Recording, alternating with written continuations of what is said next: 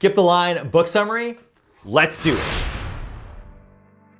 He's the best-selling author of Choose Yourself and the Power of No, with over 40 million downloads of his podcast.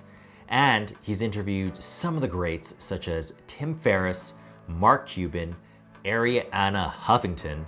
His name, James Altucher, and his latest, Skip the Line, the 10,000 Experiments Rule, and other surprising advice for reaching your goals, is a playbook on bouncing back and crushing it, explaining how he turned his interests into big money making ideas. And his hook is dispelling the 10,000 hour rule around mastery.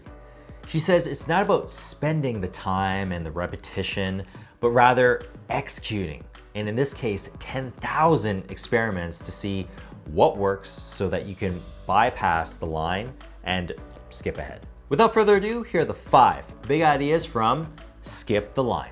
Big idea number 1, be well to survive. This ravishing gentleman here, Herbert Spencer, coined the phrase survival of the fittest. And that's after Charles Darwin's theory around how the superior physical force shapes history.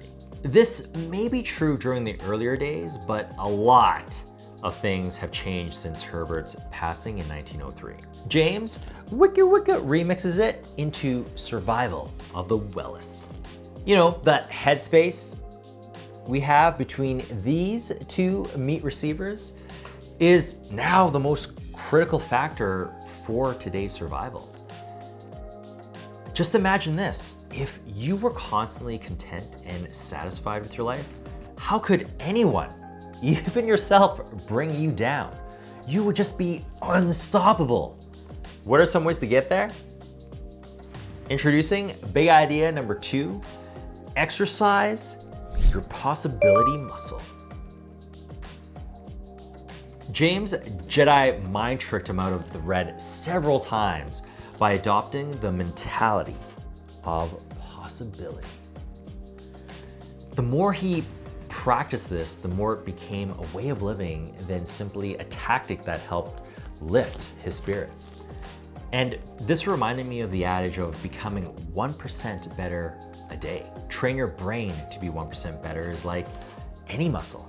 And like any other muscle, if you don't use it enough, it becomes weak and it shrinks. In fact, it minuses 1%. And we all know a weak mind never helped the survival of the wellest. James suggested the mental exercise of generating 10 ideas every day. He uses a waiter's pad and just simply goes to town and just writes these top 10 lists. Anything goes, like anything. Top 10 ideas for businesses, top 10 ideas of friends he wants to reconnect with, top 10 lists for top 10 lists. And no matter how absurd they were, we just have to exercise it. Doing the rep is better than losing the rep. The more ideas you generate, the more possibility and the more positivity that's introduced in your life. So that brings us into big idea number 3, flex your idea muscles. Now that you've been exercising and building your possibility muscle, don't you want to show the world your gains? How ripped you are?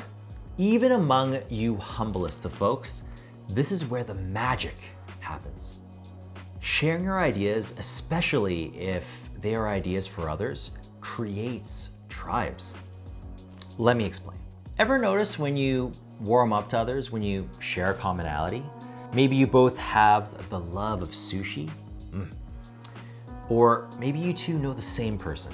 Commonalities are what bond us, and sharing ideas, especially if it benefits the other person, establishes that common ground. That's why we should never be afraid of sharing our ideas. If we do, we limit our options in inviting people to connect with us or with one another. When you get to the state of sharing those top 10 lists or any ideas in general, that's where the magic happens. James shared some of his top 10 lists and ideas, and it's resulted in many surprising opportunities where he's consulted with the likes of Google, Facebook, Quora, Airbnb. Whoa, but how do you pick the right ones? Big idea number 4, choose your right idea. So you have a bunch of ideas. Great. Now, how do we nail down which ones are worth pursuing? The ones you can actually launch and see initial results for. Simple. You determine what James calls the conspiracy number.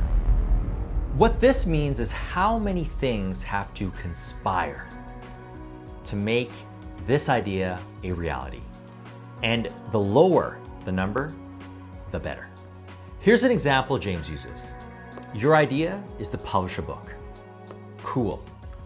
Seems as though there are 5 steps. Write the book, agent has to like it, publisher sees potential to acquire it, bookstores want to display it, people buy it. I'm gonna plug these steps in my supercomputer. Your conspiracy number is 5. Seems like a lot of steps. How can we reduce this number to test how well this idea can be? Instead of writing a book, do you make a podcast, design an online course, maybe even begin writing a newsletter? All seem to have a direct path and only rely on one person to execute. You.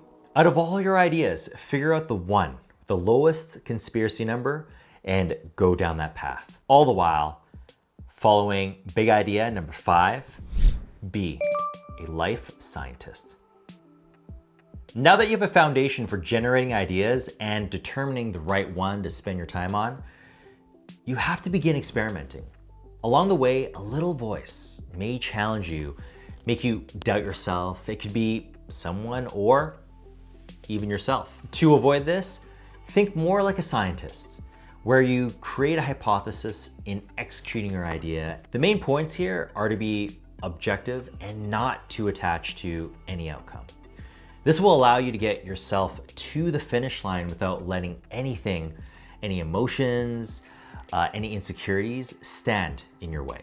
It actually reminds me about being a child, all curious, just doing and seeing what would happen with no expectations. Like that time I saw my parents put the key in the ignition, and I thought, I could probably do the same. Drive the house if I put the key in the wall ignition. This way I could bring all of my toys everywhere. Yeah, that's a great idea. Let's just say I was shocked that it didn't work. Oh, and before we get into the quick recap, it'd really make my day if you could support this video by smashing the like button, and if you haven't already, subscribing along with checking off that notification bell. Awesome, super thanks. And now for the recap. Big idea number 1, be well to survive. Big idea number 2, exercise your possibility muscle. Big idea number 3, flex the idea muscle. Big idea number 4, choose your right idea. Big idea number 5, be a life scientist. My name's Truman, and this has been a brief book club book summary for Skip the Line by James Altucher. Have you read the latest by James? Remember to flex your own idea muscle, and share what you gathered in the comment section below.